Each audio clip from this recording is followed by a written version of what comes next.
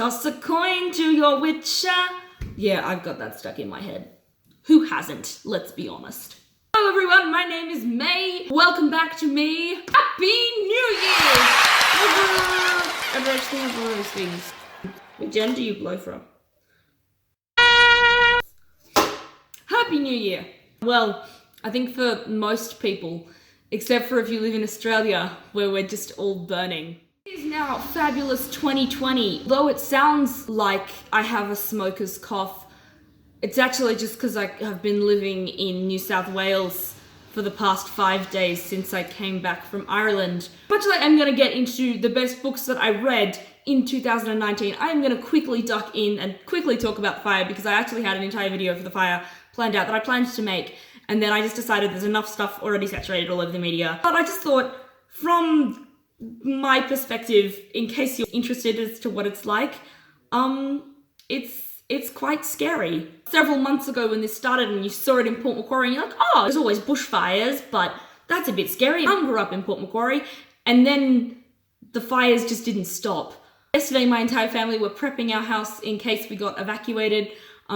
Midway through the afternoon, the entire sky turned orange and then blood red and then black. Pitch black in the middle of the afternoon, in the middle of the summer, and then ash started raining from the sky, and we needed to set watches at night to check that we didn't get rains of ember. Thankfully, we didn't get evacuated, which is fantastic, praise God. But then this morning, the smoke has settled back in. We've just had this color light all day. You can't see the sun, you can't see any signs of passing time, and we just have thick smoke, and you're just breathing it in all day, and you just feel horrible and gross. And then the highway is just packed with cars of people making this mass exodus to exit southern New South Wales as they try to clear out all the tourists and all the people living there. If any of you do feel like donating to some of the causes, you've probably seen what's going on. Feel free to. Summer has only just begun, so yeah. Anyway, so now that I've got a bit of the depressing stuff out of the way, time to again look at a bit of depressing stuff. In 2019, May, the slightly not magnificent, only read 21 books. Giving my top 5 books, I feel like is the best I can really give, as that kind of, is only leaving out 16 books. So let's dive into my top 5 pick. You know what, maybe top 6, but we're gonna say top 5 positions and 2 can share the top because it was really good. I have my computer here for notes because my brain is like a sieve. So starting at position 5, and we'll work our way up to number 1, we have Skyward by Brandon Sanderson. I started my year with Skyward and it was just freaking fantastic. I actually have a whole review for Skyward back at the beginning of the year last year when I was full of piss and vinegar and so excited to actually get into reviewing books, and then semester hit and I stopped doing that. But this year is a new year. We're gonna do things. It's gonna be fantastic. Do you have an issue? Go and do something with your life, please. I feel like I tell my brothers that all the time.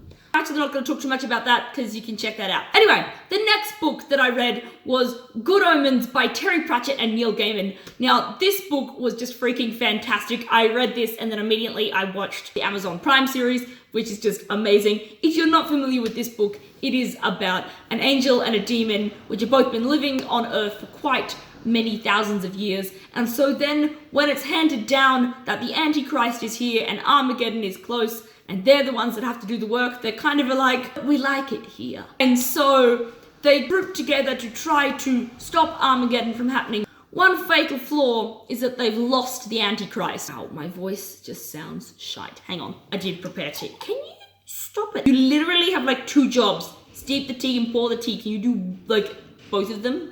Like, I know it's 2 jobs. But everything is just not working in this house. Funny times, there was a town near us. They also had like a tank that broke, and so people also got flooded, which is just irony because everyone's preparing for fire. Yeet, to get flooded. The next book I kind of came to randomly because Audible recommended it to me as one of those you can pick up 2 for the price of 1 credit kind of deal. And this is Ghost Talkers by Mary Robinette Cowell. This book took me so much by surprise. I only picked it up because I looked at it on Goodreads and it had like a review from Pat Rothfuss and someone else famous. Anyway, immediately caught my interest. And so started listening to it like an age ago and then put it down. And I picked it up again this year and I listened to it and I was just like, this story is so good. It's based in World War II and it's about this character called Ginger. And Ginger is a medium. She's part of the Spirit Corps for World War II. And basically what they've set up is that when soldiers die, their ghosts report back as to where they died and how they died. And the problem is that the Germans don't have anything like this. And so it's this trying to hide the Spirit Corps. I didn't realize it at first, but it's a mystery novel. Also like a little bit of tragedy, a little bit of romance. I loved it so much. Every single sentence popped. She's just such a fantastic writer. I really want to dig into more of this woman's stuff. I feel like I really want to get into more historic fantasy now because just like I know that's fairly modern historic fantasy because it's only World War II, but I just don't get into that stuff enough. So I'm now kind of keen to get into it. Alrighty, so we've reached 5 very quickly, but that's okay because 5 is being held by 2 different people. Books. People are not books, May. Oh goodness, it's happening. I'm an extrovert, I swear. Oh wait, we haven't reached the top yet. Number 2, sitting in the place of number 2 is the sequel to Skyward, and that is Starsight by Brandon Sanderson.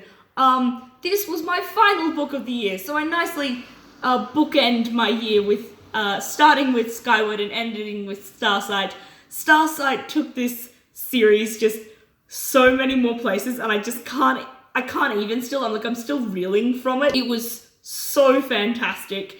If you have not started this series, like I honestly would just like, Brandon Sanderson is amazing and this is YA stuff. So if you're like a big YA reader or a big sci-fi reader, just get into that cookie and just eat it. No, I really want cookies. I should make gingerbread. I did that a few years ago. Made gingerbread session. Get back into this booktube thing. Gingerbread is basically booktube, shut up. As I didn't really give much of a synopsis to Skyward as I have a whole video, but basically last of humans are all on one planet and we have a chick who's super full of herself and has so much character growth to go, and an AI robot spaceship, fighter pilots, and aliens, lots of aliens. Basically, you know how Brandon Sanderson loves his different races? Just goes to town. Like, we give him the credit card to spend on alien races, and he just goes. Yeah, I feel like we should not have let him into that toy store. He just has had too much fun. So we've reached place number 1. We're now actually at place number 1. Rather than earlier, I thought I was at place number 1 and I wasn't because I'd missed out the second Brandon Sanderson book. And place number 1, as I've said, is shared by 2 different books. These possibly could be some of my favorite books of all time, so no pressure, but they're kind of amazing. The first one, as no one is surprised by, is Wondersmith by Jessica Townsend. This is the sequel to Nevermore and is just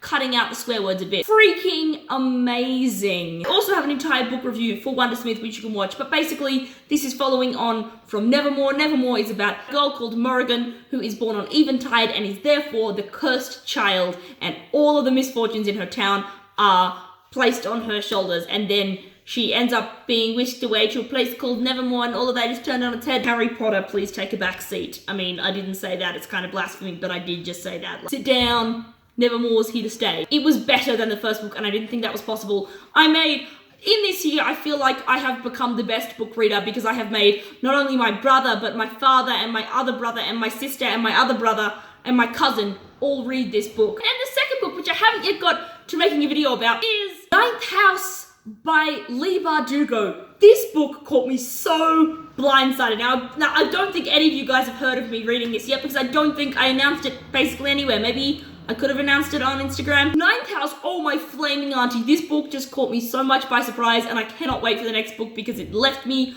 on a cliffhanger of my soul dripping off the edge of the cliff. This book is about a girl called Alex who can see ghosts, and she is at Yale University studying with the people that kind of work with all of the occult, but it's kind of underground, and there's lots of other societies that all do this, and she's trying to study it alongside doing her degree. Also comes from a background of basically she was found at a serial killing site, and so basically we're seeing slowly into bits of her backstory.